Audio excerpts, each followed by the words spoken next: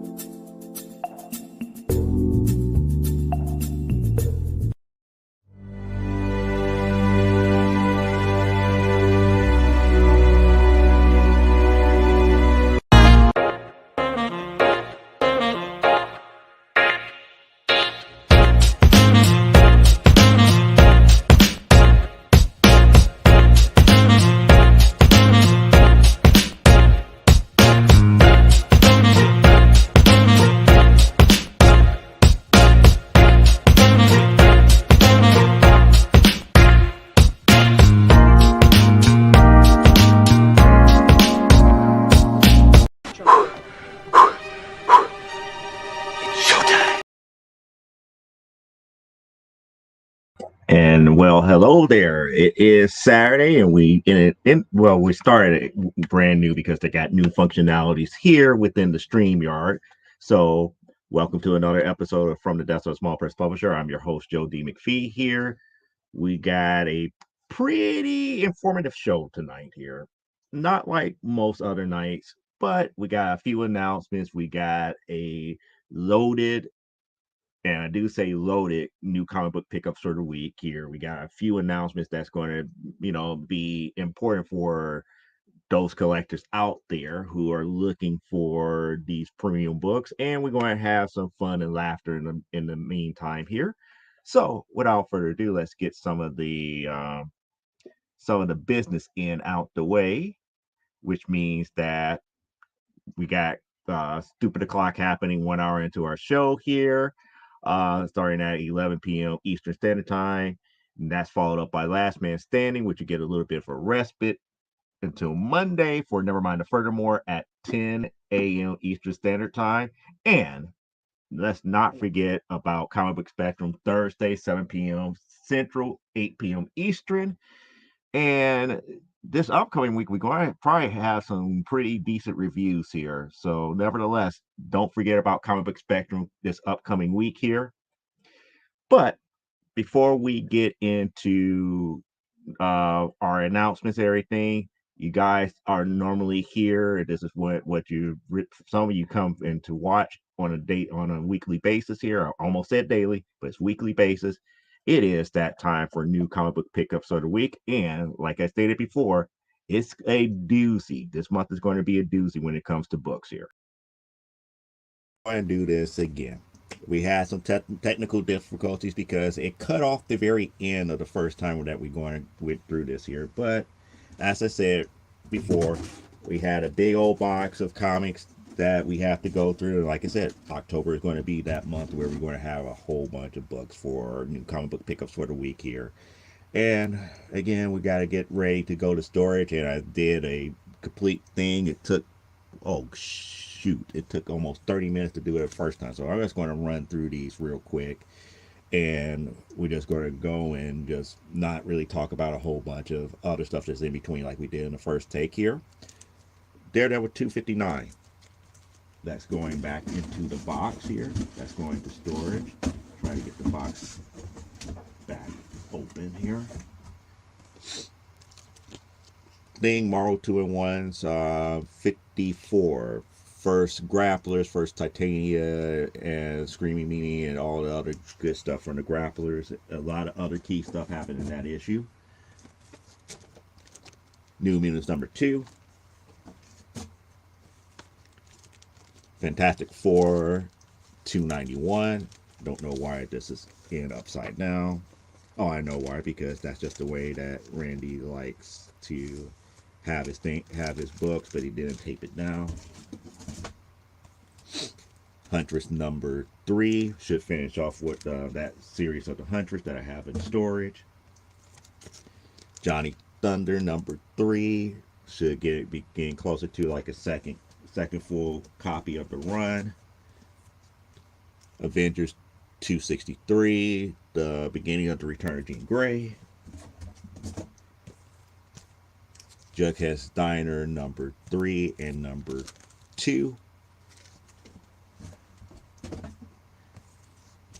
Josie and the Pussycats number 84. And if you notice, I'm probably doing this in reverse order because I had everything sitting out here. Jughead number 317 and 301.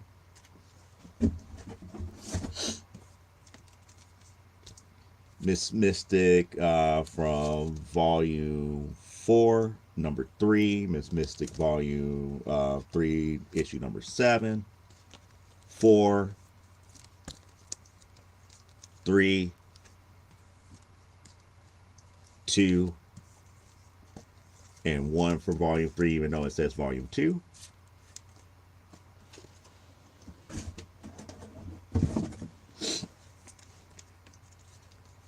Mystery Quarterly, starting from issue number 5, where the title changed to special.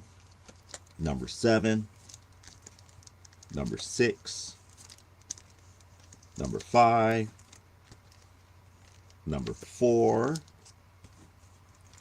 number 3, which is like my third or fourth copy of issue number 3. All of that goes into the box. Mystery 1950 Three-Dimensional Crime, issue number 46, which is one I was missing. Issue number 37, I think I already had one of those, and the missing issue number 14, which I needed here. We have Spider-Woman number 49, 48, 44, and issue number 4.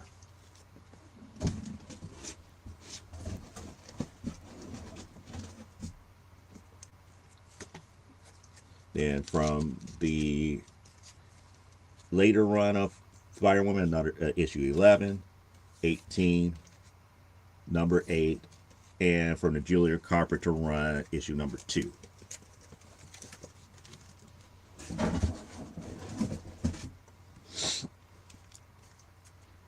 Okay, almost completed our run of Jaguar here. It might be getting close to being able to do maybe 2 complete sets of it. And I definitely got to get one of these number 1s graded. So I think this is the best number 1 that I got so far. So issue 1, 2, 3, which is 2 more copies of 3. 4, 2 copies of 5. 6, 7, 8, missing number 9, 2 copies of 10, 11, 12, 2 more copies of 13. I know I have 14 up in storage, and the annual number 1. So all of that is going.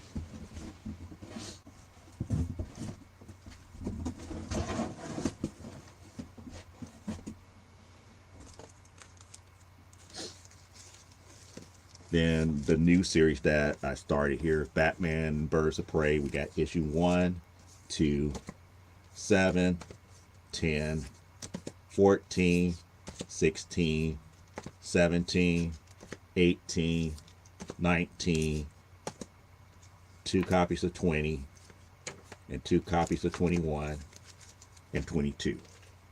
Get the glare out of that one. Okay.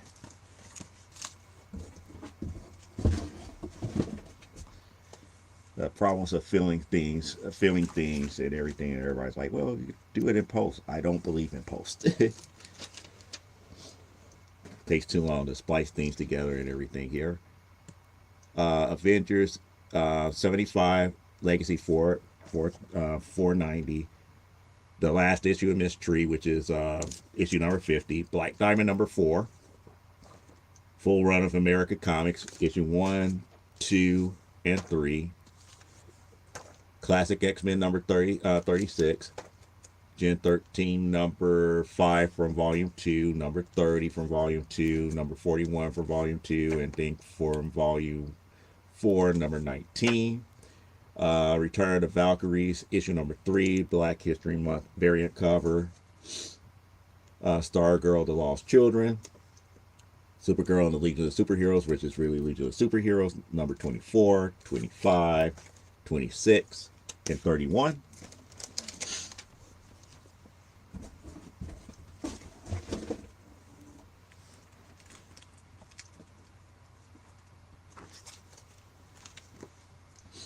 We got Jughead Free Comic Book Day from 2008, Doom Patrol number 56, the Wonder Woman mini poster, another copy of Wonder Woman number 1 from New 52, and then the addition to the volume 1, which is 154, Sky Gal number 1, one of the missing issues of my Film Force collection, number 34, Spider-Woman number 10, volume 4 or 5 of Doom Patrol number 5, DC Bombshell 21, and Ultra Girl number 2.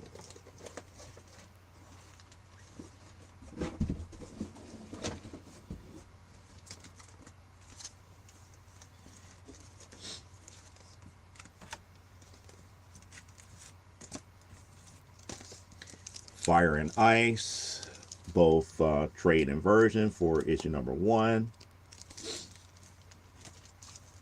We got Birds of Prey Uncovered number 1. We talked about that book on Comic Book Spectrum.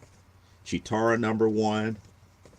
Chitara number 1 again, that foil. And then this is the one that is kind of like a little bit faded and trying to keep the glare out for you guys can see it. All of the different versions number 1. Batman Returns, the movie adaptation. DC Pride Uncovered, number 1, that has the Nubia cover on it, and then the Nubia Coronation Special number 1.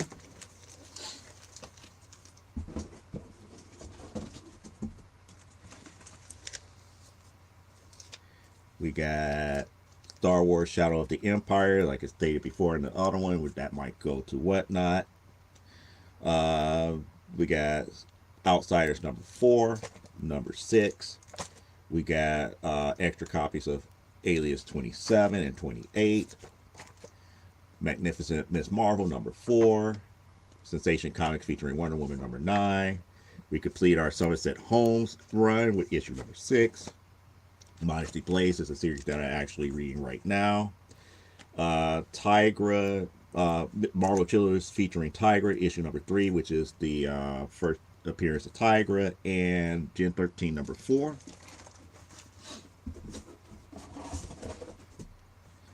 And then here we have America number 7, Outsiders 28, The Crusaders number 1.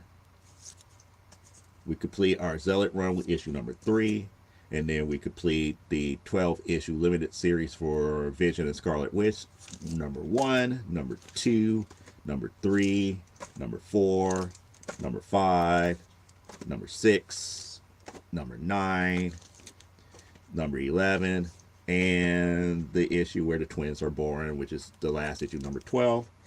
We could just about complete another complete run of Secret Wars number 2, 4, 5, 6, 8, and 9.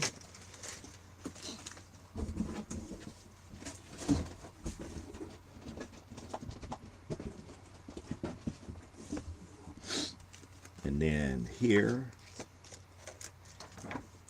we got Silver Sable 5, 6, 2 copies of 6, 13, 2 copies, 15, 24, 25, 26, 28, and 31.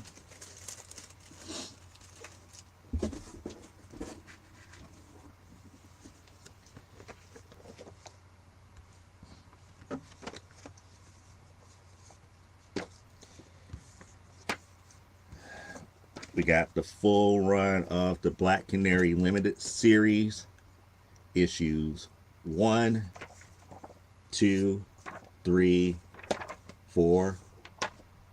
Black Canary issue number 1, Birds of Prey 52, 53, 54, 55, 56, 57, 76, 80, 82, 111, and 119.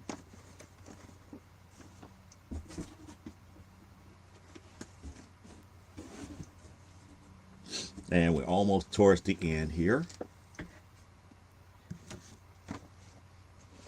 Almost got a full run of Scarlet, missing issue number 9, but there it is. Scarlet 1, 2, 3, 4, 5, 6, 7, 8, 10, 11, and 12, 13. Then we got Birds of Prey Manhunt, issue number 2. And then we finally complete our run of Wonder Girl from the Cassandra Sandsmark limited series. We got another copy of issue 1, 2, 3, which I was missing, 4, and 5, which I was missing here.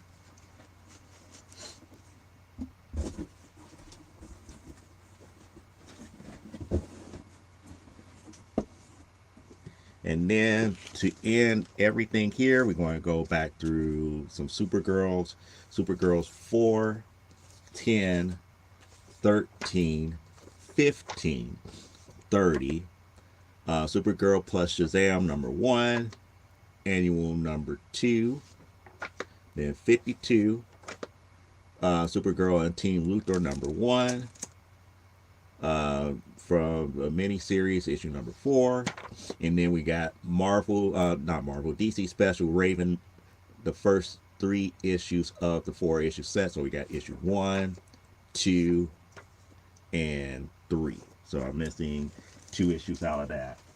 And that is the comic book pickups for this week here. There's definitely going to be more coming. That is just a sample of what's coming, in this month in October here. There's some good news that we're going to talk about here in a few moments here. So I'm going to give it back over to Joe in the studio for the live show here. And I got to get this stuff reboxed up and everything and get ready to head out. So back to you, Joe, in the live studio. And here I am once again. Let's go ahead and, well, first things first, we got Don in the house. I wanted to make certain that we got talk to the people that are live with us right now. So we got Don in the house. He was pretty impressed with the pickup so far. And like I said, that is a small smattering because I know I got brand new comics coming in from the person that pulled new books for me. I also about to get ready to have some other books that were pulled for me that I'm about to get ready to pay off here within the next couple of weeks. So this month is going to be like nonstop books coming in. But let me ask you this, Don. Don, do you want me to make the announcement that I need to make here? Do you want me to tell you what's about to get ready to happen during New York Comic Con?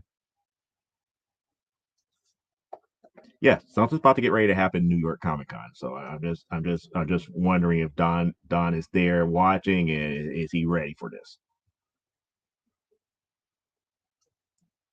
I guess he just got it on. He's probably not by a keyboard or not by the phone as of yet.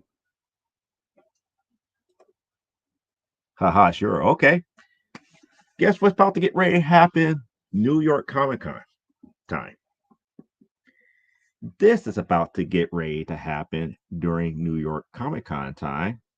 And it is another honor and pleasure of doing this here.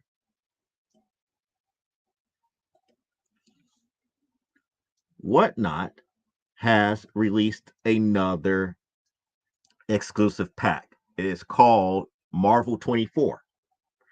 Unlike X-Men 97, it expands multiple titles this time around. So yes, I was selected to be a part in it. They're going to be mailing me 3 boxes of these packs here. And in these packs, we're going to have Blood Hunt number 1, Doom number 1. Yes, Doom number 1, Deadpool number 1, Deadpool Wolverine number 1, and the Ultimate Spider-Man number 1.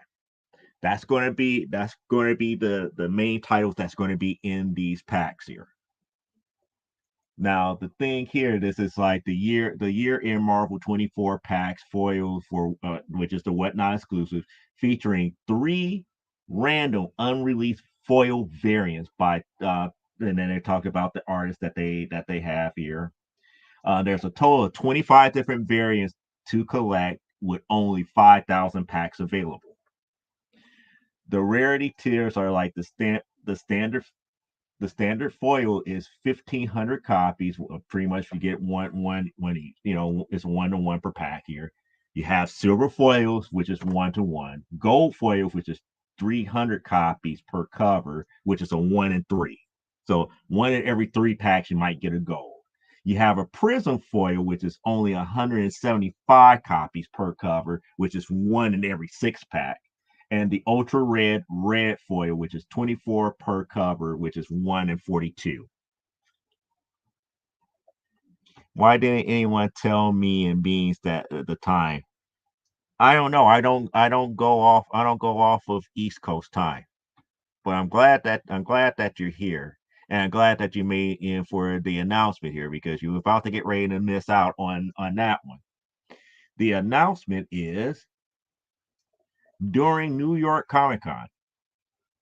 I am going to be a part of the Marvel Whatnot exclusive here, which means that I'm going to be selling the upcoming Marvel 24 packs that they are offering here. And yes, we will be selling them during New York Comic Con. So I have already scheduled my show for that Saturday during New York Comic Con. So that means for the shows in October, we're going to be doing back-to-back weekends instead of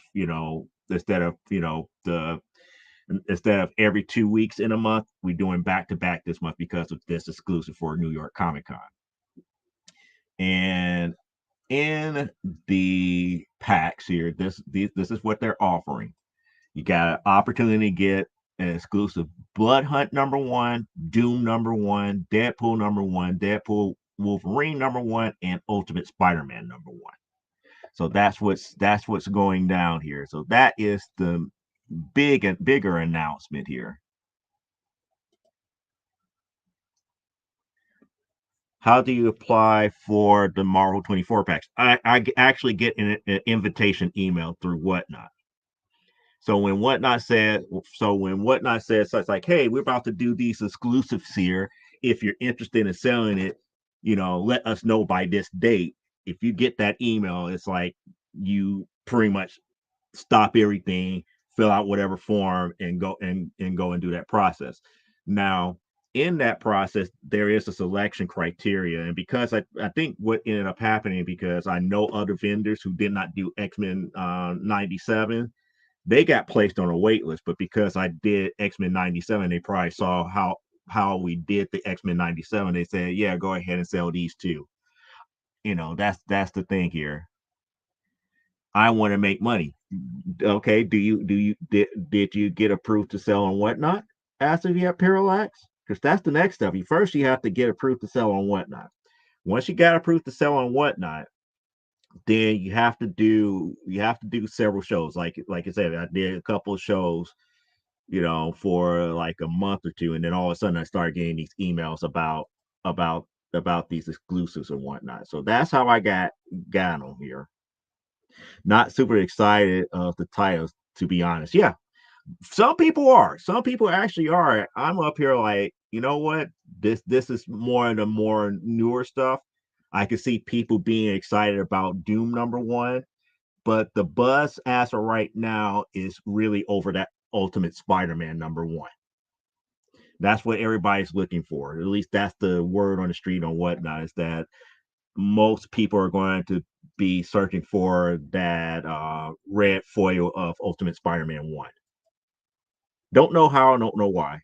What are the titles? Blood Hunt 1, Doom number 1, Deadpool number 1, Deadpool Wolverine number 1, and Ultimate Spider-Man 1. Those are the titles. No, they're not reprints. These are exclusive foils that have not been released as of yet. Yeah, I know it's a mess. It's kind of like a mess. I wish they would just do reprints, but it's really not. It's really not reprints. They don't. I'm going to tell you what they really doing here. The foils that they're introducing as whatnot exclusives used to be one per stores, and that's the difference here. So, like I said, there are 5,000 packs that they made. So, what they normally would give out one per store for these titles, they held them, made these packs, and said, "Here, go ahead and sell them this way." That's what they did with X-Men '97, and that's what they're doing with Marvel 24. That's what I'm hearing from the rumor mill from the upper echelon. And when I say the upper echelon, I'm talking about those premier sellers that has a little bit more of whatnot's ear. So these foils are used to be the one per stores that they just didn't give to the stores. They just going to make these packs and try to allow us to make money that way. Yeah, I approve. I approve. Verify my ID card and have my bank account set up. Then why are you not selling? You have moderators sitting right here, but my phone is fried.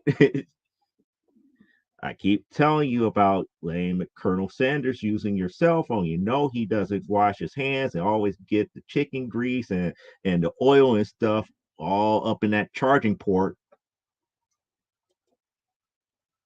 Yeah, Doom is cool. I would love a shiny of that. Other than that, it's a second print.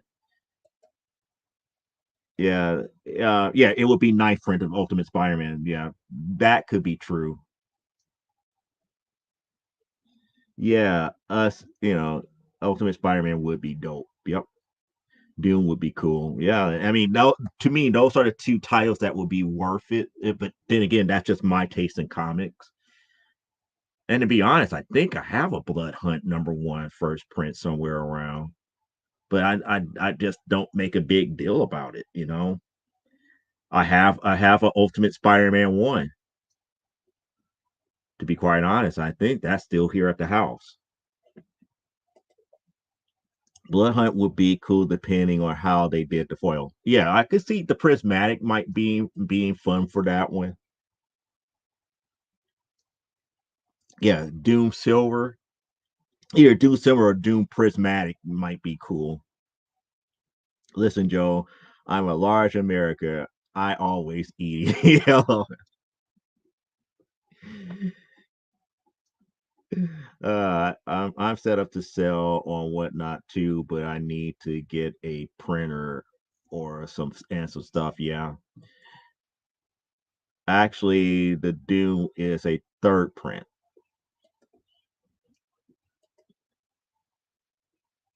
Super rare third printing. Yeah. Blood. Yeah, I have Blood Hunt 1, Doom, and Ultimate Spider-Man 1. Yeah, I don't care about the Deadpool, the movies. Bring them on. If Ryan wants to do 12 more, I'll watch. Yeah. Doom Spot Foil is armor in silver or prismatic. So yeah, that's why I said the prismatic probably going to be the best one.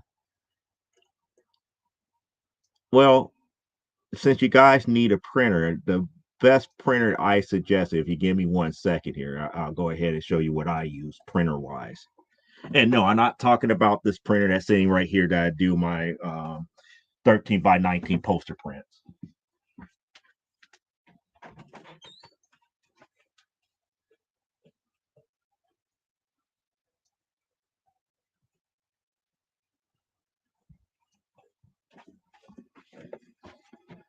This is the printer that I'm talking about. It's a Dymo Laser Writer 4XL. Now I bought this via I think I got this via stamps.com when I first got my stamps.com account here. This is like a $250 printer and it served me well. And having this being or whatnot saves you a lot of time and effort to getting like your orders and stuff handy because everything can run off of this printer.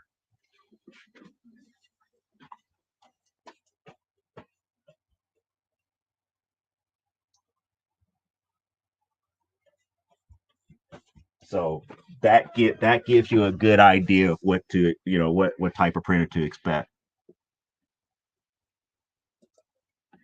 It's like I have Doom One, Blood Hunt, Wolverine, Deadpool, and Ultimate Spider-Man, just not first print Ultimate Spider-Man.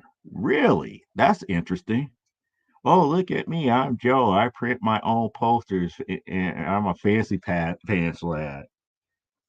Luckily, I can't show you the Canon photo printer that I have. And trust me, I know people who could do way more stuff than I can in their basement. They have like these 15 and $20,000 printers, and they actually can charge people to do like 18 by 24s in large format printing and make money that way.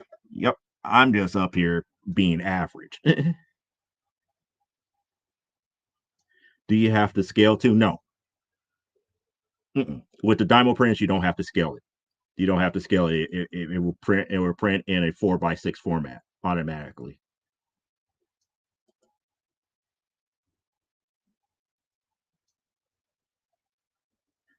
because it's not an ink based printer. It's a thermal based printer. That's the difference. That the small thing is really a thermal based printer. So it's not ink based. There is no ink whatsoever for that printer. Zero. It's all thermal. Yeah, I'm just average. Just like the movie Dodgeball. I'm just average.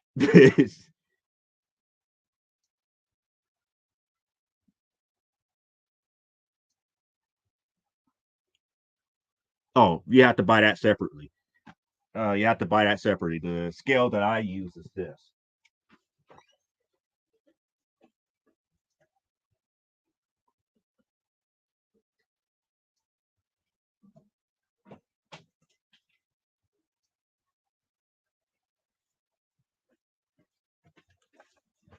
I use this as my scale here. This is a Onyx digital postal scale. It's an Onyx digital postal scale, and it pretty much.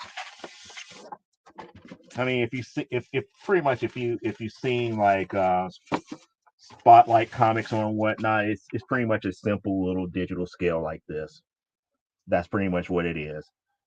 You sit your packages and stuff, your everything wrapped up, sitting on top of here. It gives you the weight and everything. You just go from there.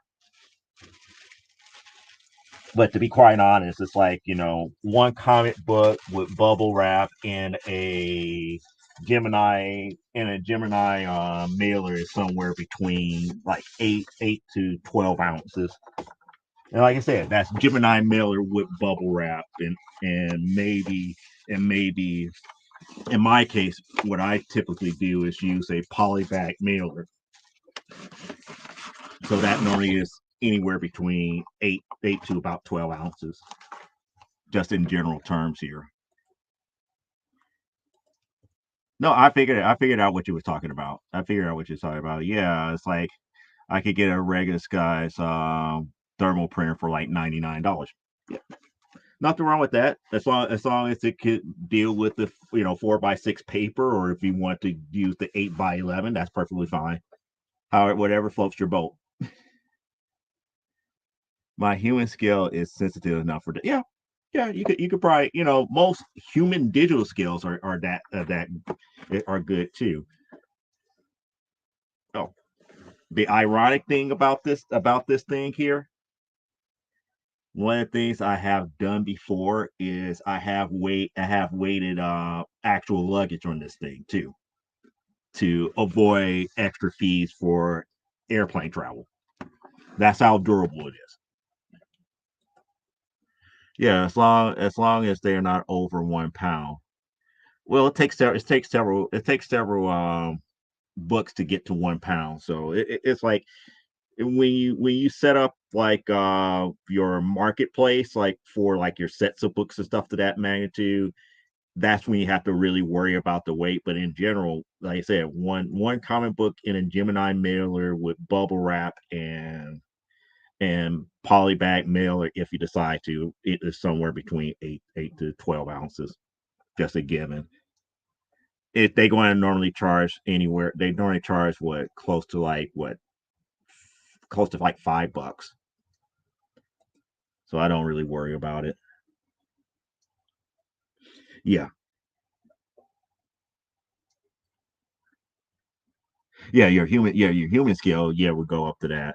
Yeah, so 13 ounces by default. Yeah, but I need a phone and a printer. I was like, I can never get out of my damn hole. This is how you get out your hole, because I know the type of stuff that you got.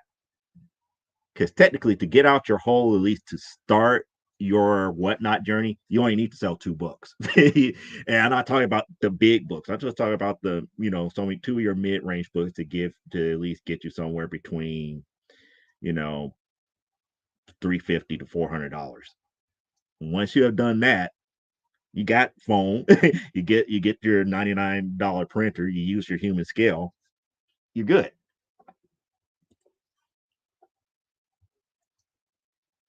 Yeah. I mean, this to me gave me a better accurate count than like the old school human scales. But that's a whole different thing.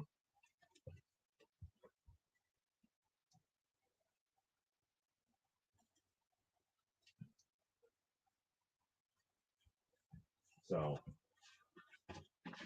I also believe that Whatnot actually watched my broadcast too from time to time. I don't know because it just felt weird that out of the blue they just give me this email to say, come join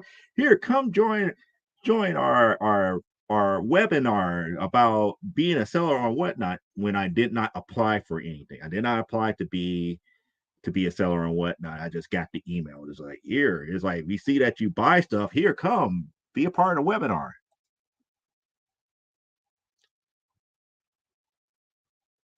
I also average about 38 pounds. I think what before you get charged extra baggage fees, you have to be below 50 or something like that.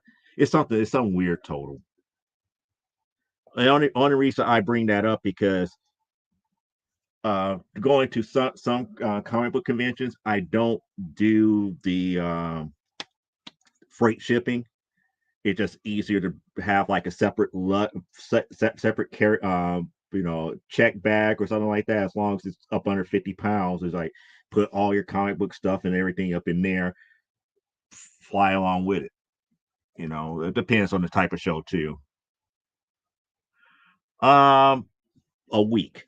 Well, actually they said if I tell you the timeline that they gave to me, it will be 2 weeks, but usually it's about a week. It's about a week, especially if you follow their formula.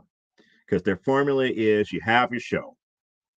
Whatever you sell on that show, you have no more than 3 days to get that out and in the mail.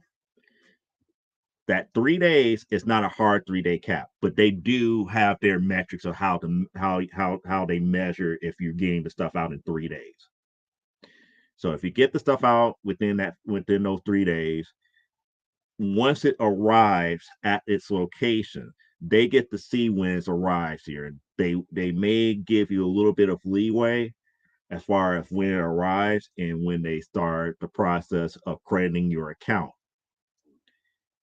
Once it arrives and they see that there's no issues with the shipment and everything, they credit your account with the money here, and then you could within I would say if you take like one, it's like if let's say you have your show, you get everything mailed out the next day. In my case, because it's Saturday show, I get that Sunday for free. They don't really look at Sunday, so I have to get things out either that Monday or Tuesday, no later than Wednesday. I try to get it out that Monday or Tuesday. So let's just say if I get it out that Monday, most stuff either goes out ground advantage or priority. So not 9 times out of 10, that's either 3 to 5 days. So if I get it out then that Monday, 9 times out of 10, the person gets it on that Friday or Saturday. By that following Monday, that's when you start getting stuff credited to your account, and once everything hits, you will have the opportunity to send it to whatever bank account that you need, either via PayPal or I forgot whatever. Yeah, I think it was Stripe or something like that. It was some other platform, but I typically use PayPal. I haven't had a problem since then. Yeah, my digital scale goes up to 750. It's pricey, and it is not. It's like it is not a metal scale. With a spring that makes it turns a wheel. Yeah, those old school ones. Those old school ones are not good. And then the other thing that I don't like is those freight ones. It's like there's freight scales that you could buy like that, but they're pricey too. And it's not that big of a scale either. It's just pricey. Yeah. What percentage does what not take? I forgot. It's let's say it for a $1. Let's just say somebody wins something for $1, you're pretty much getting, I want to say, 46 cents of it. So it's like you have to take in consideration of tax, you paying taxes on it plus their cut. But for like the X-Men 97 books, I was getting the majority of that money. It's not that much. It really depends on the sale. If you do like a lot of $1 sales, it hurts. But when you get past, I think it's like $50 or $60, it's moot. It's not as bad. Yeah, it's 50 pounds. Yeah. So it feels like that's the way that I normally get my comics there. It's like as long as I don't pack over 50 pounds worth of comics or less than 50 pounds worth of comics, put it in a suitcase, carry it, check the bag, it'd be right there with me when I land. So that's the key thing about doing conventions and shows here. Keep the whatnot questions coming because, like I said, it's like I've only been doing whatnot since July. When was my first whatnot show? Oh, okay, magic website, magic website that allows me to sell parts of my collection. Tell me when was my first show, and then that way I know how long I have been on here because, like I said, I took advantage of a lot of things that they told me after that first seminar because they say it's like once you get approved they want you to have your first show within that first 5 days that they approve that they finally get everything set up for you to sell.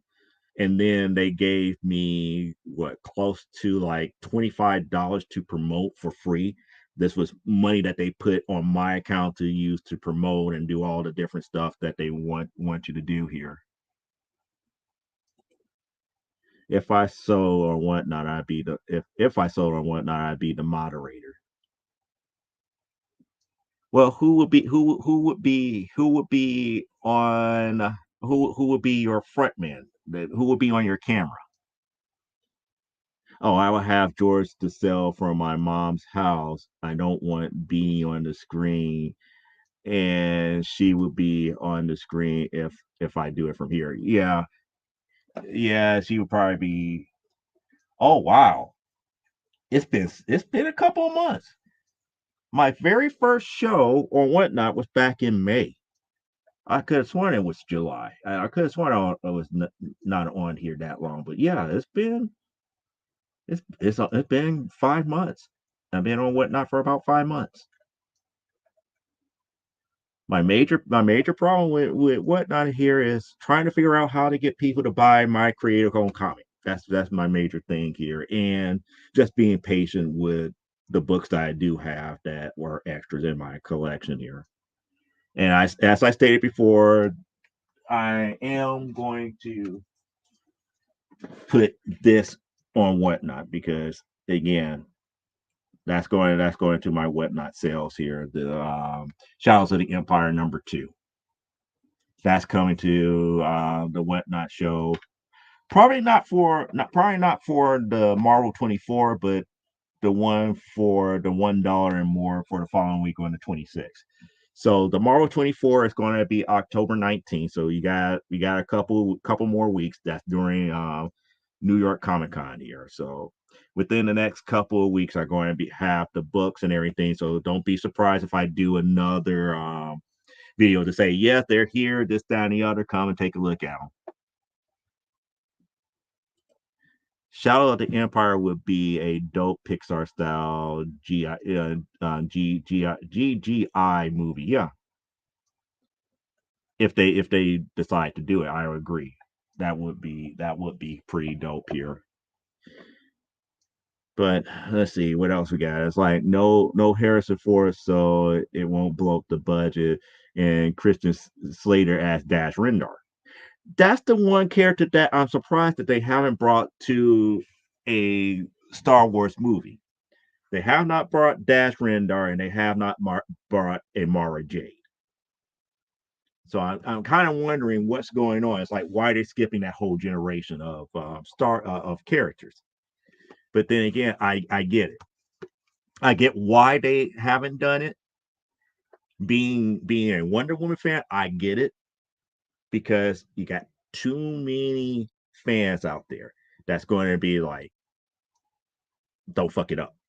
Don't fuck up my character. I know that feeling. When they talked about, oh, we're about to do a Wonder Woman movie, I took a deep breath and I said, you know what?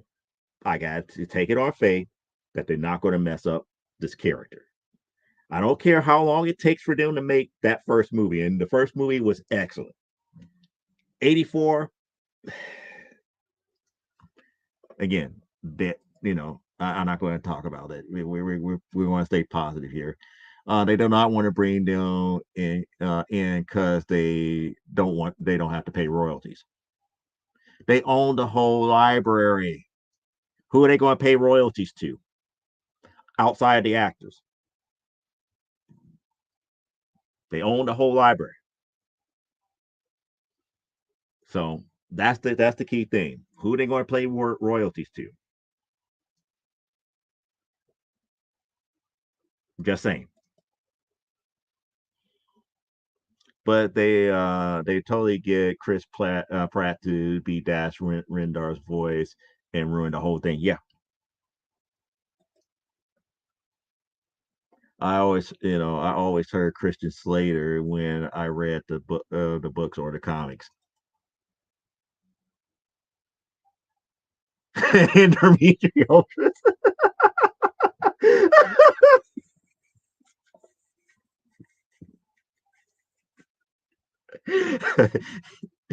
Oh boy. Kevin J. Anderson and Timothy Zahn. Yeah. Yeah, I killed Joe. Yeah, endometriosis. Ultras. I was like, wow. I'm sorry. Nope. Nope. You're allowed to have that opinion. I know it's not a good movie, but endometriosis? Wow. I know I'm breathing. You just caught me off guard with that one. You just caught me off guard here. But saying all that to say is like, There's just going to be certain books that I come across that's in my collection that are just like I go like, why? This was more or less like a giveaway book. I actually won this book, so that's the reason why I'm up here. Like whoever whoever did the giveaway should have known that this ain't me. And it's not and it's not the fact that I don't like Star Wars. It's just for some reason the fandom got me out of it. There's certain stories I enjoy, and you know I will encourage other people who love Star Wars to be more into it, but I want them to be more positive about Star Wars instead of talking about what they fucked up. It's like stop talking about that. What did they do right? Why do you still love it so much? Talk about that good stuff. Get people into it. Don't turn them off because that's what a lot of people did. A lot of too many negative fans turned me off to Star Wars, where I just don't care anymore. I was like, I love Star Trek, but I never had a Trekkie turn me off to Trek. I know a lot more people who are Star Wars fans who have turned me off to Star Wars forever. Would I still watch the movies? Yeah, don't have a problem watching the movies, but I can't be a fan of it because the fan base is just so splintered and negative.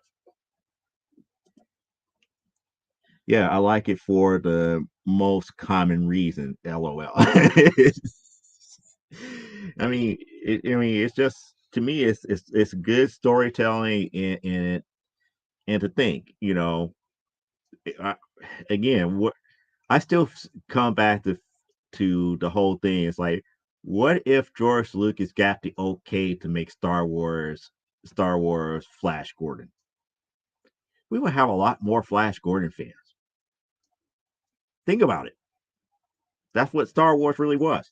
It was his attempt to do Flash Gordon, but nobody thinks about that. I don't like Into Darkness, but I think Beyond is a much underrated and better than Darkness. I could tell you why a lot of people don't like Into Darkness. Why I enjoy Into Darkness. I love it. I still haven't watched Beyond as of yet. I haven't watched Beyond as of yet, but I know why people either love Into Darkness or hate Into Darkness. The reason being is that it's awfully hard to top Star Trek II, Wrath of Khan. And then you have to think about it in this aspect. This is Wrath of Khan in a different alternate timeline. It's almost like it's how can I put this? If it's almost like if you ever watch epic rap battles of history, especially the one that talk about James Bond versus Austin Powers. Austin Powers had the line talking about how could people like Bond because they made Thunderball, you know, they made Thunderball two times, and that is true. The storyline for Thunderball occurred twice in two different movies.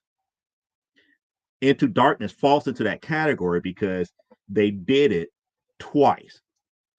One in common OG original series Star Trek movie lore, and now in this alternate timeline that they did when they remade Star Trek, when they did the remake. Into Darkness covered a lot more, but they flipped things on its head. And it took away from a lot of stuff. It was like there were certain things that did not happen. And the key takeaway with Into Darkness was the one thing that Spock was not supposed to do, at least alternate version Spock was not supposed to do, knowing that, you know, OG Spock was still around. And again, this was Leonard Nimoy's last movie before he passed away. If you remember in Star Trek 1, Siler Spock and OG Spock actually met up. It says like this is the last time we're going to see one another. I'm in this universe, but I need to stay silent because what I know can affect and change the outcome of everything is to come for the Enterprise. And into darkness, it's like everything was was getting worse and worse and worse and worse. And Cumberbatch played a good Khan, but he's still no Ricardo Montalban. I'm sorry, he's no Ricardo Montalban, but he played a good he played a good Khan. But when Silas Spot reached back out and says, like, look, we have no other I was like, I have no other option. I need your assistance with this. It's dealing with such and such, such and such, such and such Khan. And the fact that OG Spock is like, look, I told you not to do this, and this, and we're not supposed to speak to one another. And as soon as he heard the name, it's like, I understand. This is a serious matter. Tell me everything. I was like, that made me cringe. That made me cringe. That kind of made me cringe. But it is what it is here. Yeah. No, it's like no one went to see it. Yeah. Well, we have to think about this. You have to think about this. Into Darkness came out shortly after the announcement that he was going to do the Star Wars movies. I talked about the director. That made me sad. And then I saw what he did in Into Darkness, and it made me cry because Into Darkness was one of those if you ever truly got into the lore of Star Trek, it was a beautiful chef kiss to understanding everything that happened in original series Star Trek and flipping it on its head for a modern audience. A lot of things they took liberty with. Benedict Cumberbatch did what he could for Khan, but he's not my Khan, and I understood that. I understood that he's not going to play.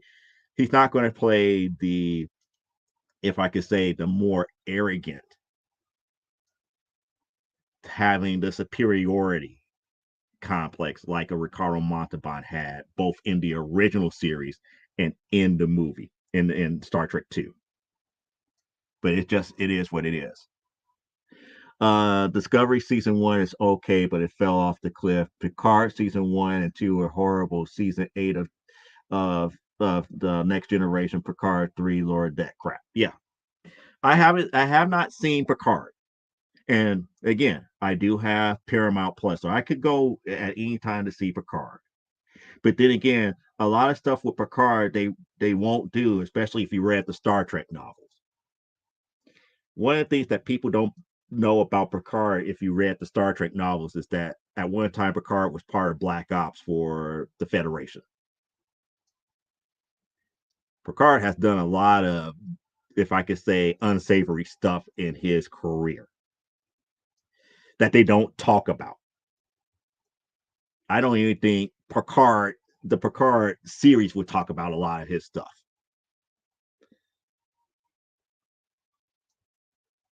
So that's the weirdness of it. I have not watched Discovery yet either. So those are two series that I have not watched as of yet. And Don is laughing here. It's like,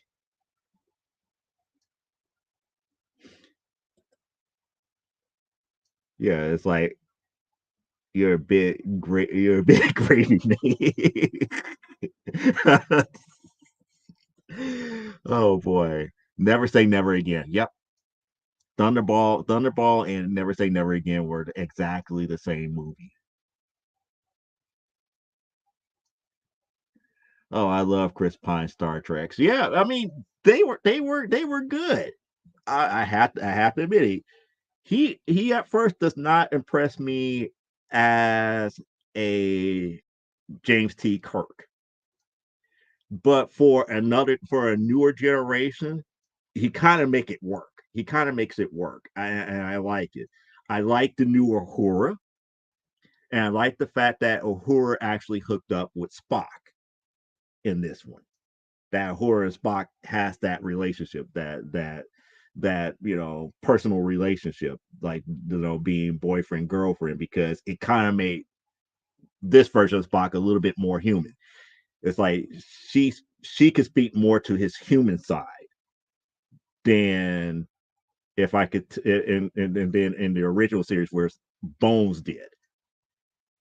Bones always kept Spock grounded on the human side, where in the newer version it was Uhura. And the way Uhura did it was, to me, is chef's kiss type. Yeah, this makes sense, as opposed to it's like the human being does not operate like that, Spock. Fascinating. That does those conversations, just it is what it is. Well, just because you don't like it doesn't mean that other people can't. Let the adults talk. Wow, really? Yeah, I wanted to watch the Picard series, but have no desire for any other.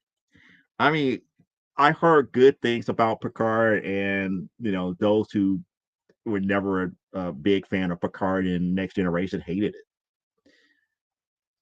When you read the Star Trek novels, then you understand what Picard really was like back in his younger days. I come back and be like, yeah, Next Generation could not talk about this. He hinted about some of the stuff that he did, but man, the novels, the novels like the novels like, dude, I would not want anybody in my crew know that the type of stuff that I did in Black Ops. All the stuff, physically, so that he says, like, well, I can't do this, I can't do this, I have survived this and survived that. Yeah, he survived it all right. Picard is supposed to have been dead several times over. So I could understand how in his older days he kind of like shies away from confrontation. But man, the dude has been through the ringer.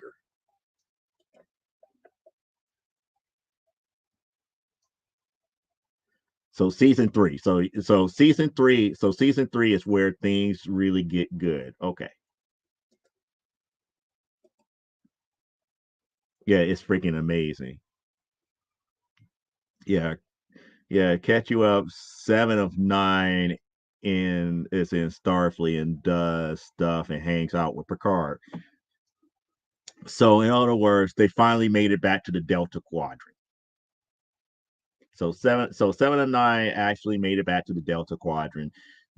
Does she go by her original name now? That's the other question. Or is 7 and 9 there to be like, hey, Locutus of Borg? It's like, we are the same.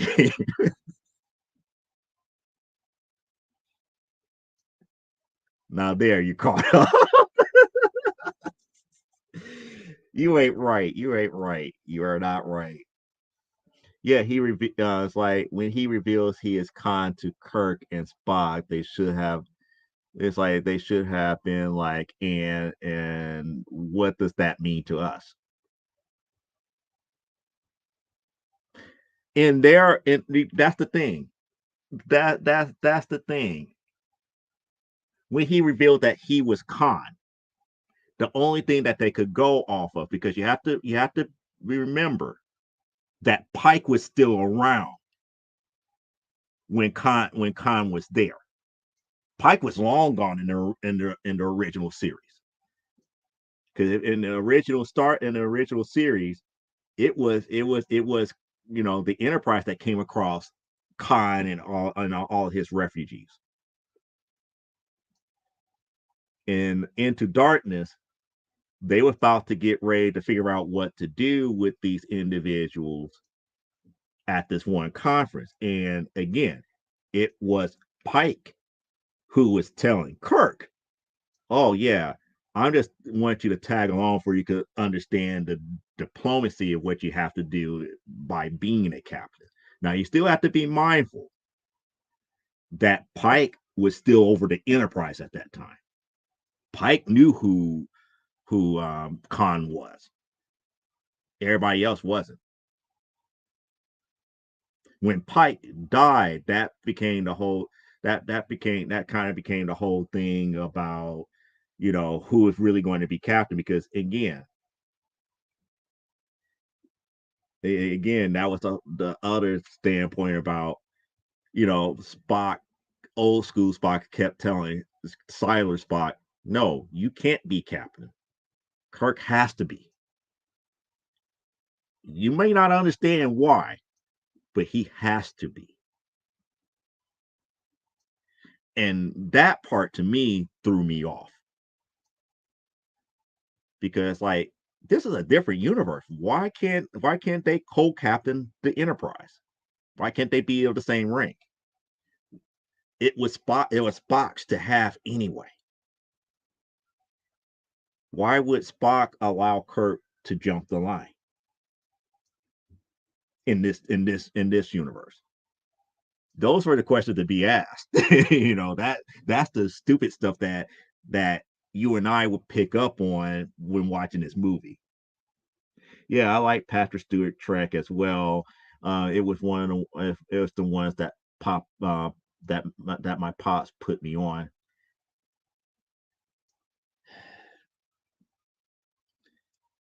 I hate to say it, when Next Generation first came out, I hated it because my parents got me on old school. And Next Generation in the very beginnings was too political. They didn't have those episodes where it was like do or die type situation. It's like everything was so diplomatic, even with dealing with Q and everything. Everything was so we must we must do everything within the prime directive. There was no wiggle room. There was no bending the rules to our will in that type of aspect in the first couple of seasons of Next Generation. By season 3, I got the Star Trek that I love from way back when we got more about Riker and Riker preparing himself to become a captain of his own ship for later on, where Riker, had the bridge more often than Picard. When Data goes through the whole thing with Zor. When all the other characters develop themselves into where they were at, and we finally got Ensign Wesley Crusher instead of Boy Genius Wesley Crusher. Boy Genius Wesley Crusher, nobody liked. Ensign Wesley Crusher is like, okay, this makes sense now. And I think by that time they was getting ready to set up his mother to have her own medical ship. She was about to become a captain of her own medical ship. So yeah, it was a lot of stuff that was going on in Next Generation. By the time it got to those seasons where I started really liking it, it was getting, that's when, right around the time Deep Space Nine was coming on, and I loved Deep Space Nine more so the Next Generation ever. Deep Space Nine was the shit to me. Reason being is because you're a starbase. You got all these different factions here. War could break out at any given time. And you have to be a captain that keeps the peace on this starbase. So, yeah, Cisco to me is greater than Picard. Cisco to me is greater than Riker. He just had to deal with a lot more stuff than Riker and Picard ever did. And sorry if you it went, went and got the 1928 Prime Einstein and put him into.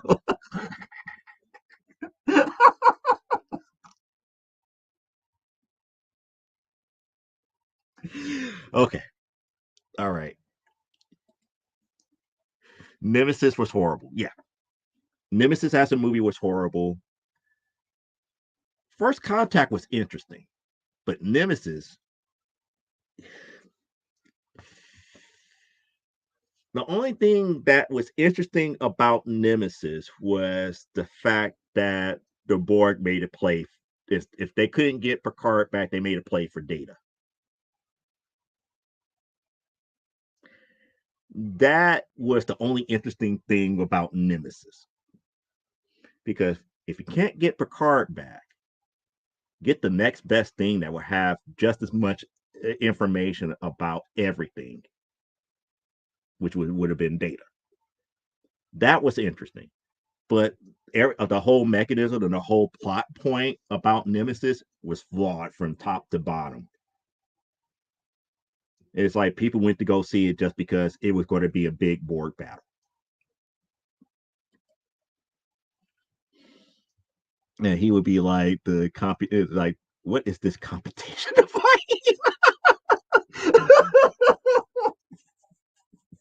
Einstein. Oh boy, she's on this Einstein type deal. Jar Jar Abrams sucks.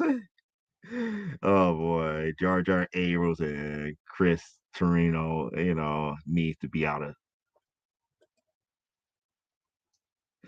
of. Just watch Picard season 3. It's awesome. Terry should replace Kurtzman as the head of Star Trek. I don't know. I don't know because again, I don't think we're ever going to get another Star Trek movie. And the reason being is because nobody's really watching it on streaming, and the stuff that they got on streaming so far, it has not been all that great. Discover season 1 is okay. At the end, I was like, please don't do this, don't do this, don't do this. You did it. Fuck this show. And then it went off the cliff. Again, nothing could be as bad as Voyager. And if you watch Voyager, you know exactly what I'm talking about, where they jumped the shark. And no, it wasn't about 7 or 9 where they jumped the shark.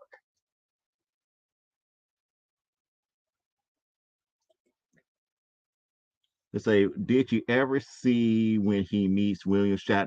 What was that? Star Trek. That's the Return. Star Trek Return. Star Trek Return, something like that. In the, I have the novel version of Star Trek: The Return. The movie version took a lot of liberties with that meeting between Kirk and Picard. They took a lot of liberties. Shatner showed up and met up with him and set up 2 chairs at a table so they could arm wrestle and for him to say, I always wanted to do this.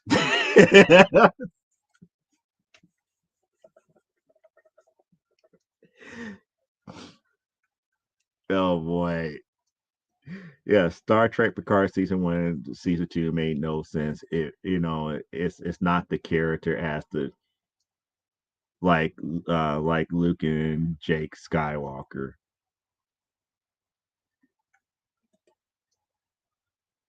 Season 3 is basically Star Trek Next Generation season 8. My question here is like, do I really want to see a season 8 of Next Generation? Probably not. I want to see Picard.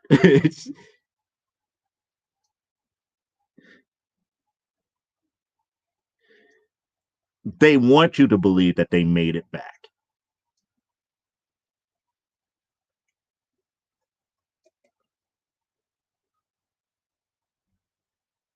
No, they called her 7. Wow. So again, this is the showrunners not keeping up with lore. Because remember, all of Voyager is like she was trying to remember what her human name was. That was the one thing that kept escaping her. She was getting back to her old self because she started to remember her old life. But the one thing that she could not remember was her original name.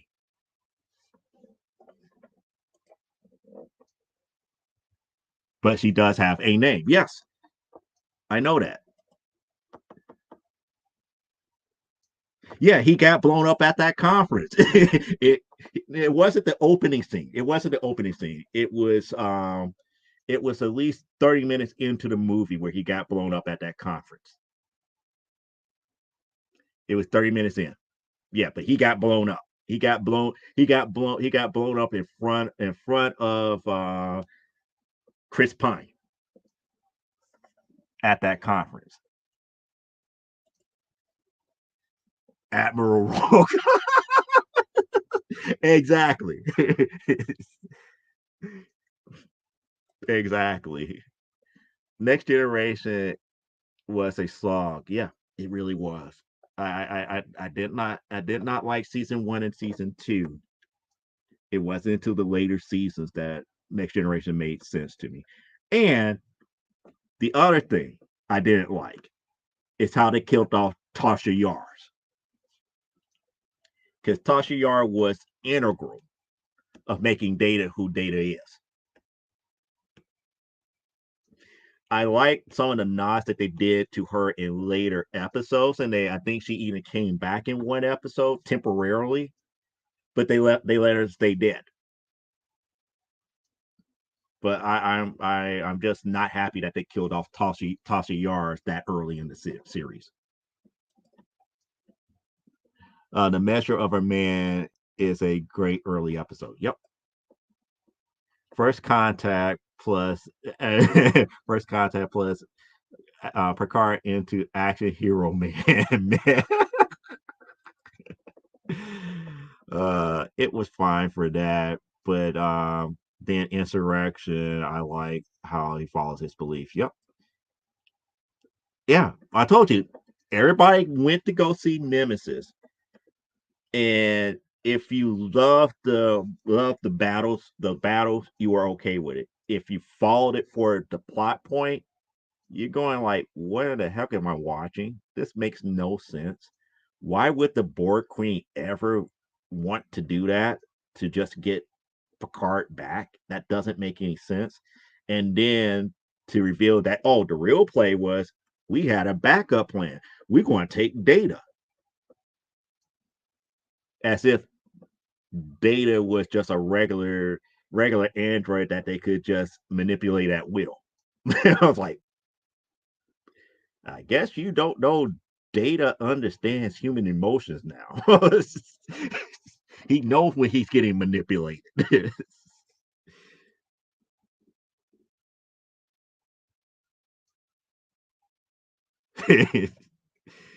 I hate Wonder Kid Wesley Crusher. I hated that. It's like, oh, he is so valuable, and he's gonna be, he's gonna do all these great things, and all these alien beings are seeking him out and showing that he has all this potential. Screw that. If he was had that much potential, guess what? Make him a cadet. Put him in Starfleet right now. He shouldn't have had a major role in Next Generation like he did. That's why I was glad when he finally got into Starfleet. He finally got his commission to ensign. Then it made sense. Having Wesley there made sense. Another character in Next Generation that I think they played to the left too was Ensign Barkley. Ensign Barkley was another idiot savant, but they played him to the left to make him kind of like, the blithering idiot, to always make him the fall guy. Was doing great stuff. Was underestimated, the underdog, but they always made him kind of like the fall guy, the guy that's going to eventually kill himself or get himself killed and stuff like that. It's just it just ugh. Yeah, Pulaski was blah. Yeah. There was a reason why DS9 and Babylon 5 went head to head. Both shows were great. Yeah, I talked about Babylon 5. Babylon 5 is also another underrated space show. Khan with his 300-year-old knowledge doesn't work for me.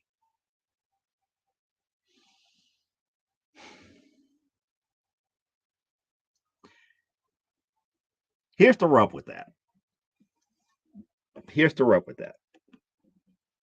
Khan with 300 years old knowledge. The question becomes what knowledge? Because remember, he was never on Earth. He was never a being up from Earth.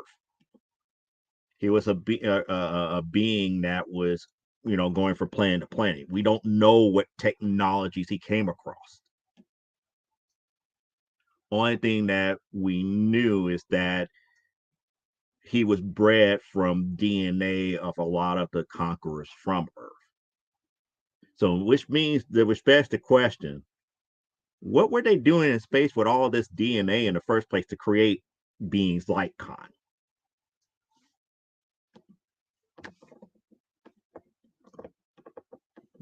It is what it is. Yeah, it never did. Yeah, Tucker could make an electric car today. Yeah.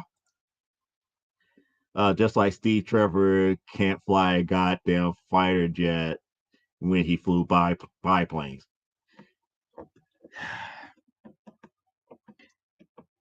As a person who went through flight training in the Air Force, technically Steve could fly a fighter jet. The thing that would keep him from flying a modern day fighter jet is him being able to recognize what equipment did what. He would not be able to jump into a cockpit and just take off. I agree. That was a flaw within 1984. He would not be able to just jump in one, flip a couple of switches, and take off. He couldn't. He couldn't do it because he would not recognize the equipment. He couldn't recognize the equipment. He was like, he would know what to do with the flight yoke. He would know what to do with all the flaps and rudders and everything else to keep the plane in the air. But he wouldn't know how to get the plane up to speed, where the throttles and stuff are at, where his altitude gauges were at, and all this other stuff. He wouldn't know the modern equipment. And then this is not World War II Steve Trevor, since we're talking about the movie. This is not World War II Steve Trevor, which kind of makes sense if he went to modern day. This is World War One. Those gauges and stuff were not the same. They didn't have half of this stuff in biplanes at that time. So yeah, that is a very good point. Could he fly it? Yes. Would he be able to jump into one as fast as he did and take over? Hell no. He would not know the equipment. He would have to be like a very fast learner about where all the different equipment were at for him to be competent in that cockpit. But that's just me. That's just me talking from my expertise being in cockpits and learning how to fly. And yes, I could have had my pilot's license if I would have followed up after Air Force. Yeah, but a plane is a plane. Well, technically, what you say is wrong. Technically, yeah, I just explained it. I just proved you right. I just proved you right. It's like technically he could fly it, but he would not know the equipment of a modern airplane coming from World War One tech. He would not know it. He would know the basics of how to control the flaps, the rudders, and all this other stuff, but he wouldn't know how to work a modern throttle. He would not know all the different gauges that's in modern airplanes. He would not understand, jet propulsion. He would not understand things like G forces and sound breaking the sound barrier and Mach speed. Matter of fact, would he be used to Mach speed? Would he be used to wearing an oxygen mask and wearing modern flight gear? He would not have that knowledge. So it would have been a big knowledge barrier for him to fly a modern plane. And it wouldn't be like he wouldn't understand how to control it. He could control one, but he would not understand the gauges and all the other stuff that it is. It's almost like, how can I put this? It's almost like going from riding a bicycle to getting into an Indy car. You're so used to going as fast as maybe 20, 30 miles per hour pedaling, pedaling to oppose as opposed to stepping on the gas and going 250 to 300 miles per hour. Different sensation, different feels, different type of steering. Same type of steering, but the the motor skills and everything would be a lot different. He could catch on to it because he's accustomed to it, but it wouldn't be the same. He would have to learn the newer tech.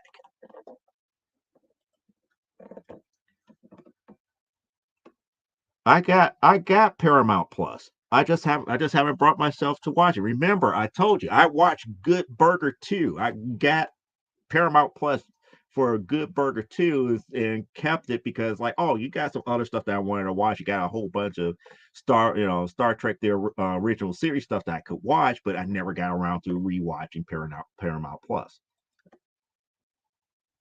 because it sucks. What sucks? That's why no one is watching. Watching what? Oh, but she's still on talking about all the other series here.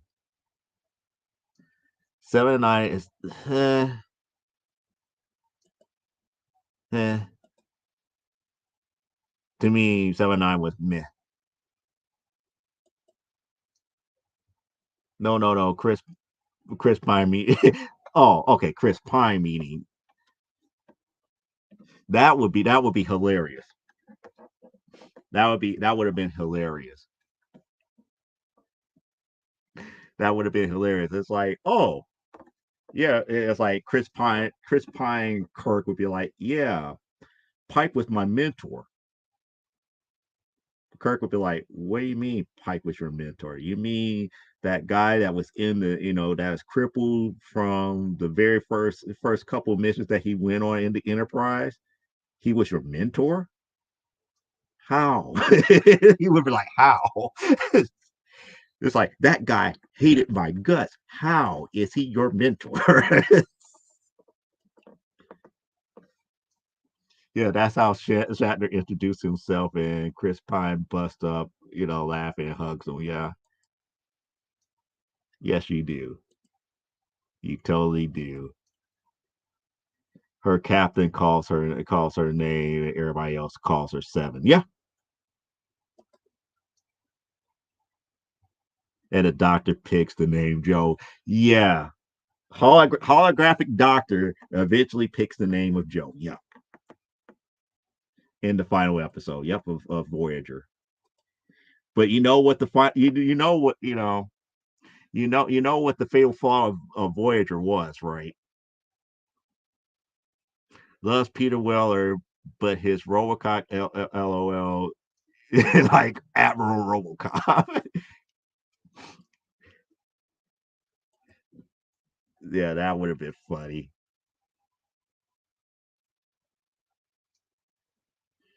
1954 B movie. Yesterday's Enterprise.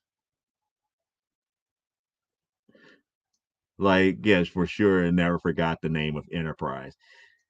Enterprise was a whole Captain Archer and his crew was just Captain Archer's crew was meh. I'm sorry. I watched Enterprise, and Enterprise has had its moments, but it really didn't feel like Star Trek. It felt more like, okay, this is the beginnings of how Starfleet began, and this is before we got NCC's NCC 1707. This is before we got the Enterprise that we know in lore. There was an Enterprise before that.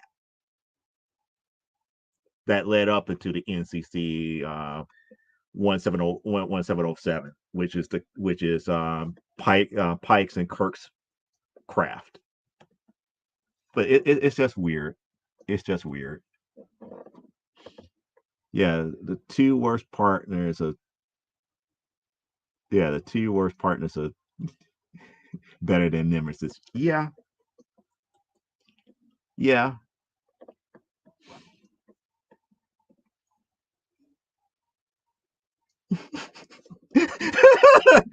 Why are you talking about Data's Pinocchio moment? It's like the Borg Queen is his what is like Blue Angel.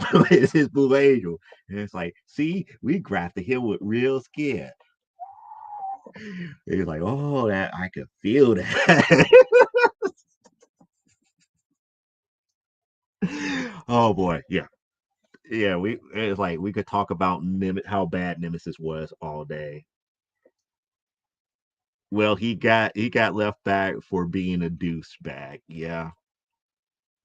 Barkley, Ensign Barkley, he was a very, very highly intelligent, but he was just a if I call it an idiot savant. He didn't know how intelligent he was. But when the situation got to the point where Jordy and all the others couldn't figure out something engineering wise, he would.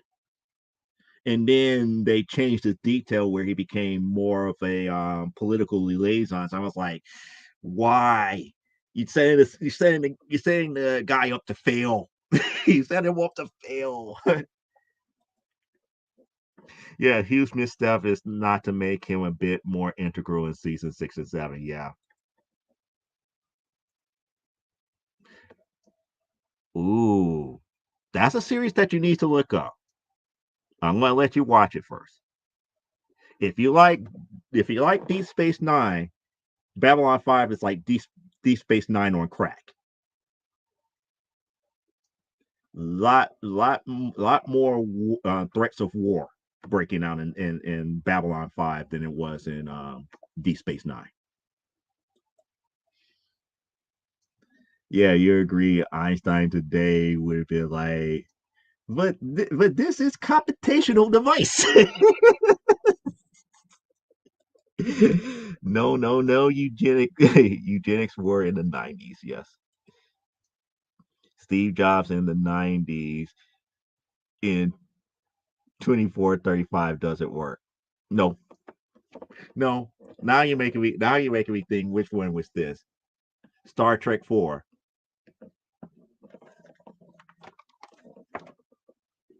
Hello, computer.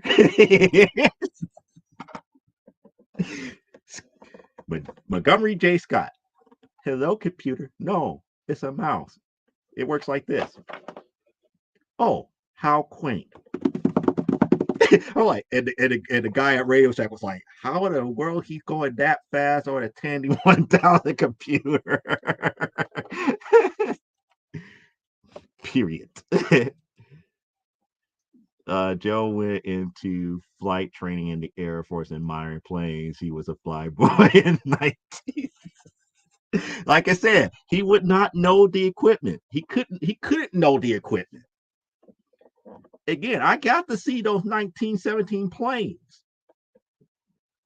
You know, it's like they train us on very basic stuff that was similar to that. You know, a Cessna has more equipment than those biplanes from the 1917s. I'm sorry, he couldn't even fly a Cessna plane without knowing the gauges and the equipment. He couldn't have, let alone a fighter jet. Please, please. That's why I say I agree with you.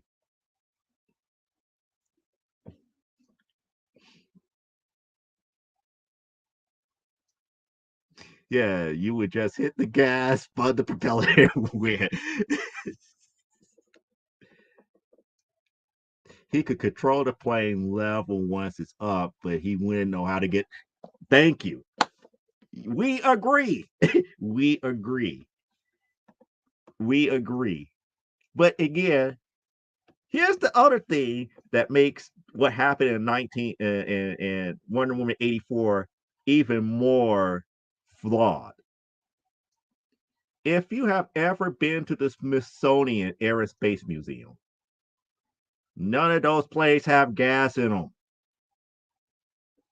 How in the world are they going to get in a plane that has gas in it? Yeah, they might be out there on like a makeshift tarmac and they could do, they could, bring new planes in and stuff like that. But once they land and been cataloged in, they have no gas up in it. How are they going to find a plane that has gas up in it and take off in it in the middle of the 4th of July? But you know, that's the rub. That's kind of like the rub here. I mean, we could talk all day here about this.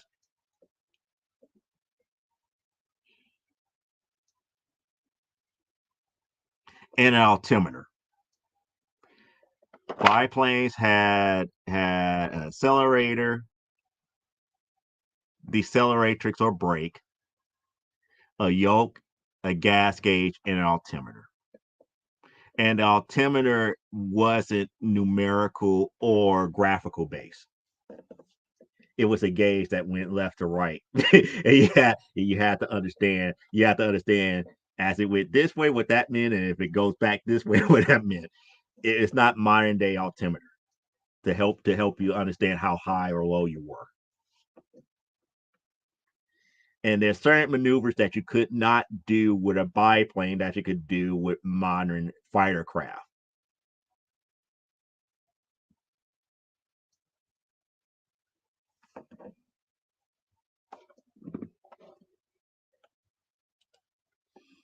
Technically the line is technically the line is forbidden. No, I know. I remember that video for pitch meeting, especially how they just explain. It's like, but it's okay. She's like she gets another wish and she becomes more feral. But I thought you only get one wish for it. Don't worry about it. The guy just granted to her anyway. Okay.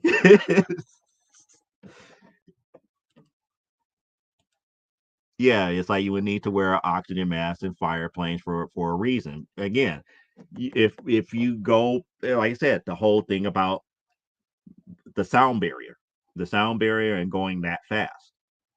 Again, he never experienced a jet turbine engine and how fast they actually go. He would have a hard time controlling it.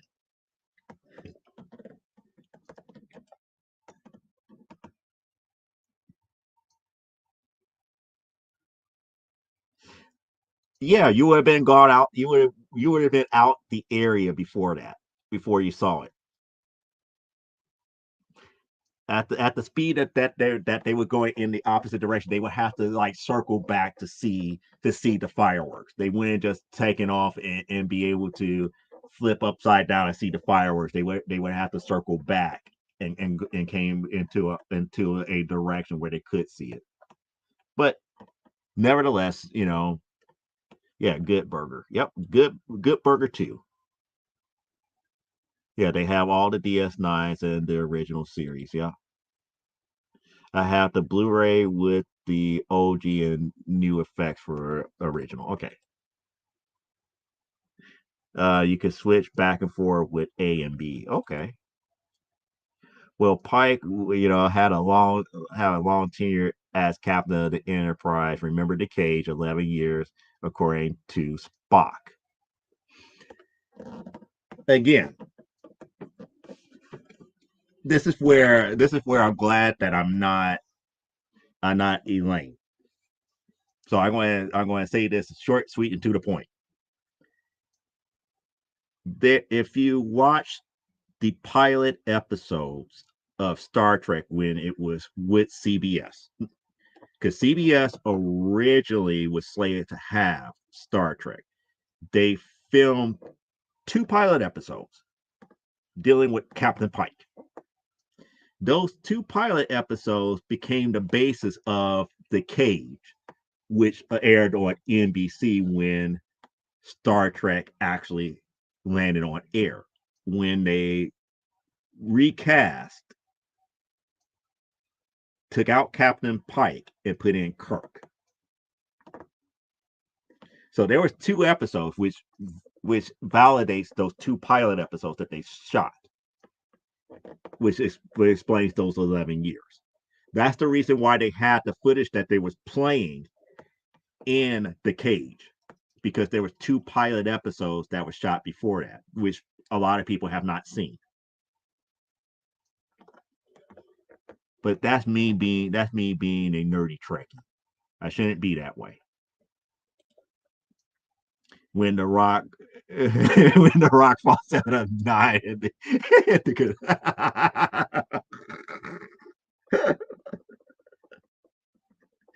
oh boy. Enterprise was still too high tech looking for, well, it was. And like I said, it definitely, that Enterprise was definitely not NCC 1707. That was some other ship. That was a prototype ship. I just have no idea how they came up with that one, for that being the very first Enterprise, the prototype Enterprise. We agree, it's the multiverse collapse. I'm going to be. That's only if you want to be, because if you really wanted to be as a skinny American, you could be. But you prefer being large and in charge. That's the way that you like it. Yeah, I said that. I said that. I said that. I was like, I've been to the Smithsonian Air and Space Museum. I have seen these planes up close. I have seen the space capsules and stuff up close. They just preserve them. They do not keep them in operational order. Sorry, it just doesn't work that way. uh, if she became a orca, she would have been an apex. Oh boy. Yeah, they should have zip past DC, like, yeah, DC in 12 seconds. Yep. I have seen the cage. Yeah.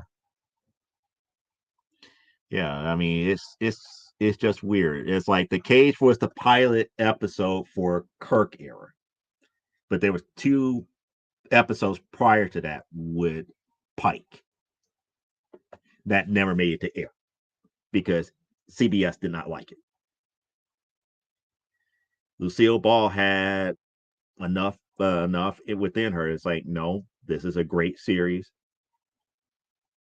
Even though I have a good majority run of CBS. Now, mind you, she did not own CBS, but a lot of her shows up under Desilu Productions, pretty much, it was a Lucy network. Lucy pretty much ran the network. All her shows normally get on CBS. That was the one show. That was the one show that she had enough faith in that eventually NBC took it and ran with it. It's like, even in the cage, he was thinking of leaving the Enterprise when he tells the doctor, "Yeah, Pike was an interesting captain, but he wasn't what that show needed. Captain Pike was not what Star Trek needed. Oh, screw that! I'm never going back to skinny bit. I need to get more food. Never going back.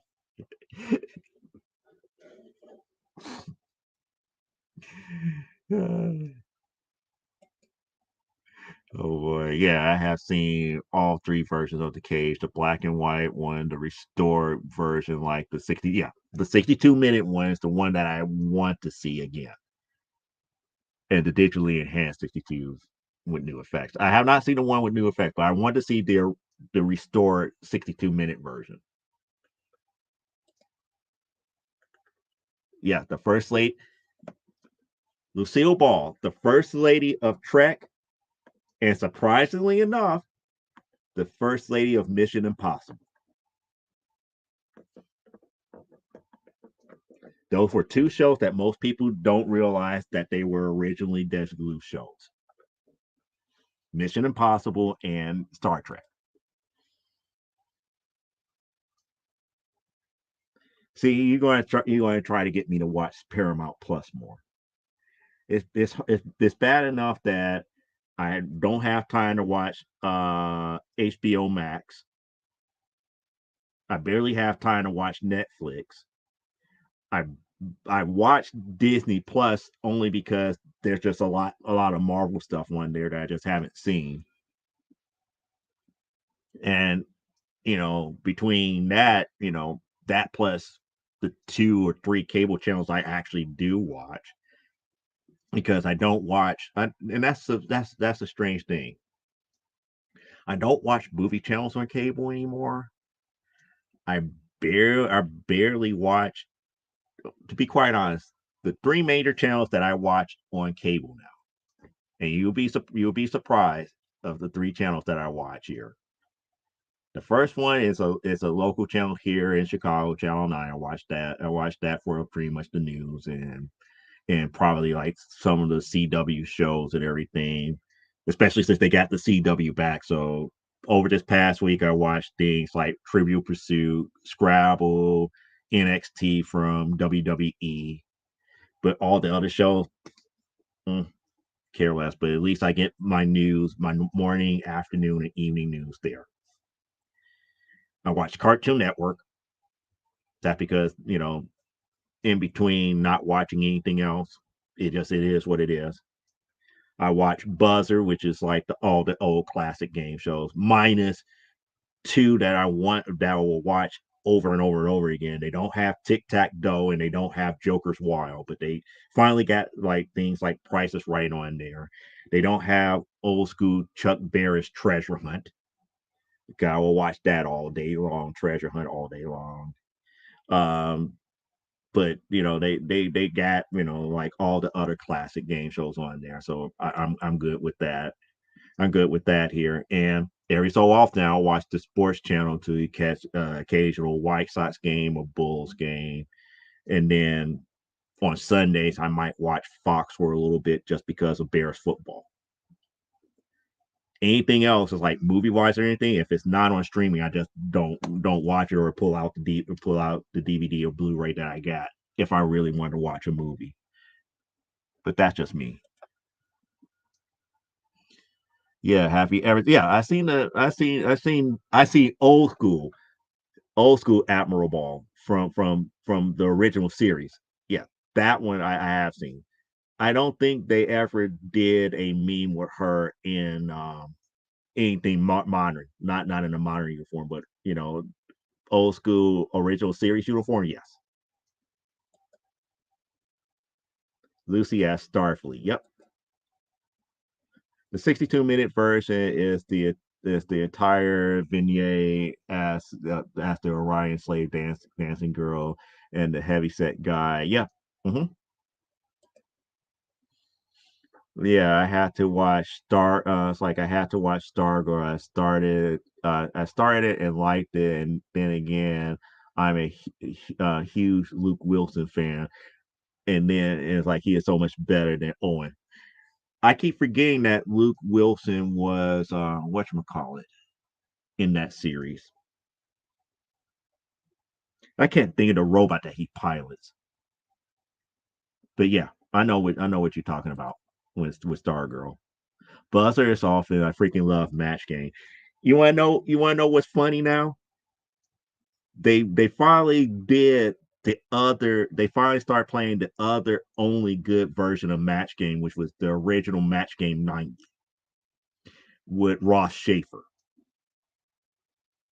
That still had Charles Nelson Riley, and every so often Brett would show up.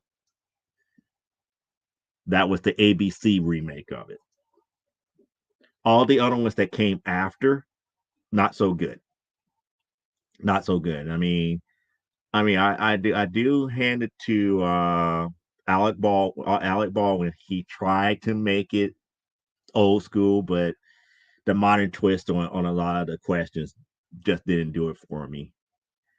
And then Super Match was five times 5 times the max value of the question. So it's like the actual Super Match I think was like 1,000, 2,500, and 5,000. And then if you did hit 5,000, it's 5 times. It's like, no, make it 10 times, make it 50,000. You can win $50,000. But it's like, no, 25,000 is the limit. It's like, how are you going to do that when you're following after $100,000 pyramid? Make it 50,000. It just makes it so much better. I even have the DVD box set of the original from like 1973 to probably like 82, 83. I think it went off the air in 82. Calling Forever, Richard Dawson. Yeah, yeah, Richard Dawson's actual name. Yeah. It's like, yeah, they have her in the Next Generation in a meme. Yeah, I was like, I don't remember the Next Generation one, but I seen her in the old school captain's chair on the original NCC 1707 with the skirt and everything in the original series outfit. I have never seen that one. Yeah, Charles Nesson Riley is super underrated. Surprisingly enough, people keep forgetting that Charles Nelson Riley hosted other game shows after Match Game. That I think one actually hit the air and the other one didn't. And if I come across them on YouTube, I'll show them to you. But yeah, he hosted other game shows. It was like one that was dealing with like uh solving like matchmaking and love problems with couples. And then there was another one that it was a weird take on like newlywed game, if I remember it correctly. But yeah, he actually hosted some other game shows outside of Match Game, but it came way after Match Game. Yeah, Alec Baldwin was blah. Like they needed Rob Lowe for my no. Rob Lowe would not have been a good fit. You have to think about it. We went from Gene Rayburn. Now you have to be mindful. Gene Rayburn has hosted Match Game from all the way back from like the 1960s, brought it back in 1973 to 81. Then from there in 1990, we had Ross Schaefer. Now, Ross Schaefer was a good replacement for Gene Rayburn because, he just fit for that whole thing. And then we went from Ross Schaefer to Michael Berger, which was like Match Game 99, 2000, which sucked. And then from there, we got the Alec Baldwin. And then Alec Baldwin was like, yeah, you're trying to be too much like Gene, but you're not Gene. You just need to be Alec Baldwin. And everybody knows that Alec Baldwin could be pretty much of a jerk. I mean, that just it is what it is. I mean, he doesn't do it on purpose, but he could be pretty much a jerk. Yeah, the box set has the OG pilot of the Match Game. Yeah, the night. Now, have you seen actual first run episodes of the OG Match Game? Because there was two different versions of it, but I liked it anyway. I liked it anyway because it's like people were winning. I think max of like $500 to $600 back in the day in the 1960s. Yeah, just the one. Yeah, the pilot was one thing, but the actual show they revamped it a little bit. They revamped it a little bit where I believe it was only one celebrity and one celebrity and four contestants. One celebrity on each team, and each team had two contestants. But I believe the pilot was each team had two celebrities on it and one contestant, and everybody had to try to match one another. Yeah, because this most of it was lost, but there are actual some episodes out there on YouTube for the original match game outside of the pilot. Just like the pilot for the 1960s Wonder Woman TV series, which I don't talk about. Yeah, Shopper's Bazaar. Shopper's Bazaar was the original pilot of Wheel of Fortune before they did the Ed Cookie Burns pilot. Shopper's Bazaar was weird, but that was the basis of Wheel of Fortune. Heck, I could talk about game shows all day long about pilots and everything to that magnitude. Just like the pilot of Woo was completely different than what we got. Was well, I wouldn't say completely different, but the look and the feel of it was different than what we got in actual running of it on CBS. Just like Tic Tac Toe in its original incarnation and pilot was different. And when I talk about Tic Tac Toe, I'm only talking about the Wink Martindale version of it. Where I'm not talking about the 1950s one that had the rigging, had the game show rigging. I'm not talking about that one. I'm talking about the original Wink Martindale one. Okay, you sent me a picture of Admiral Lucy here.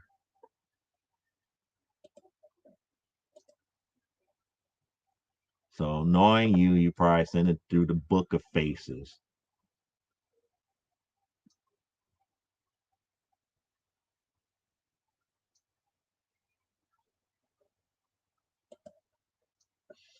And I don't have the Book of Faces open usually.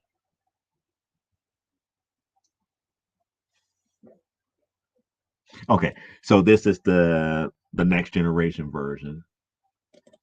If it would load, come on, load it. Oh, this is the okay. This is a painted version of it. This is what she was talking about here, folks. This is what she was talking about here. Yeah, this looked like this was a painted version. Yeah, she kind of has like that Janeway feel to it. It kind of gives like that Janeway vibe. I like the other one better with the original when she had the original Star Trek uniform on there because that to me would have been Admiral Ball.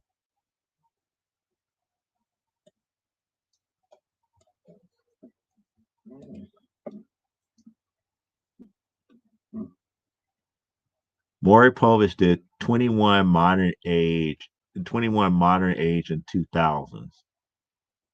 Huh? What do you mean by that? How do we get into Maury Povich? Oh, you talking about okay. Did you see the Jim Lang version? The Jim Lang pilot version of 21? See, we talked about game shows, and he showed me at the Lucy picture. That made me not think 21 as in the game show 21.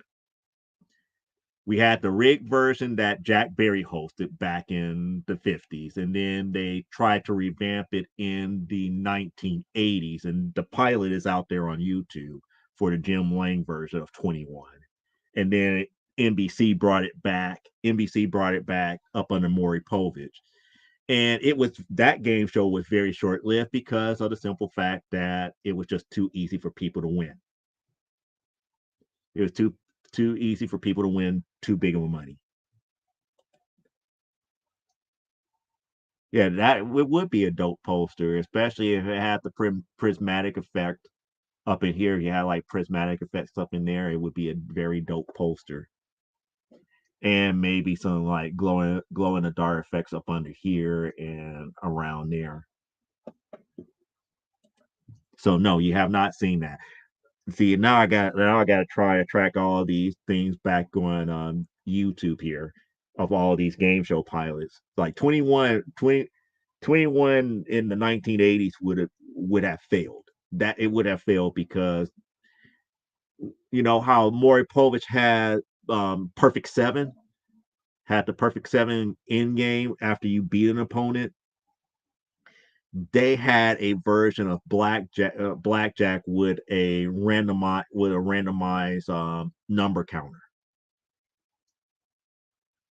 and you actually play a version of digital blackjack for the end game.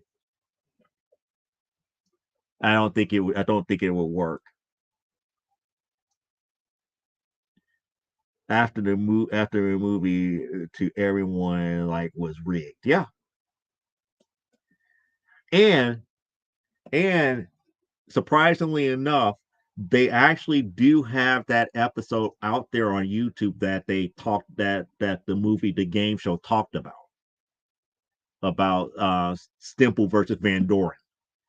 That episode of 21 is out there on YouTube if you ever wanted to watch the actual show itself of 21 of what actually took place on the actual broadcast game show.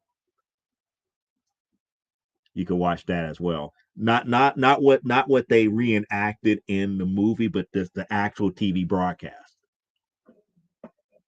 They actually somebody actually have that out there on YouTube. Yeah. So actually, let me do this here. We hit the 2 hour mark here. I mean, I could keep going for maybe like another 30 minutes, but I know I have a list of now I have to like kind of like write down the list of stuff that I said that we gotta find. So we have to find the Stemple versus Van Doren 21 episodes, the original ones, because that's out there. That's out there on YouTube, the original one, because they didn't look the way that they had it in the movies. They did not look that way in the original on the actual TV broadcast. Um, see, the Jim Lane 21 pilot. That was the other one.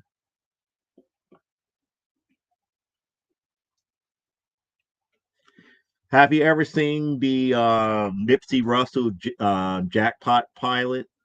I'm not sure if you know the game show Jackpot, the one that was hosted by what's his face Jeff Edwards. It's like no, okay. She's saying no, log off. I need to get this sleepyhead to bed, having snoring beating on me.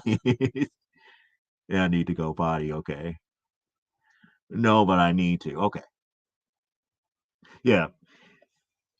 Nipsey Russell had hosted a lot of great pilots, but it's sad that he never got his actual first game show until Your Numbers Up. But you know, that just goes to show you how they kind of waste talent and not allowing people just to go ahead with possibly what could have been a great game show. But nevertheless, it's time for us to sign off here because, like I said, we got to get the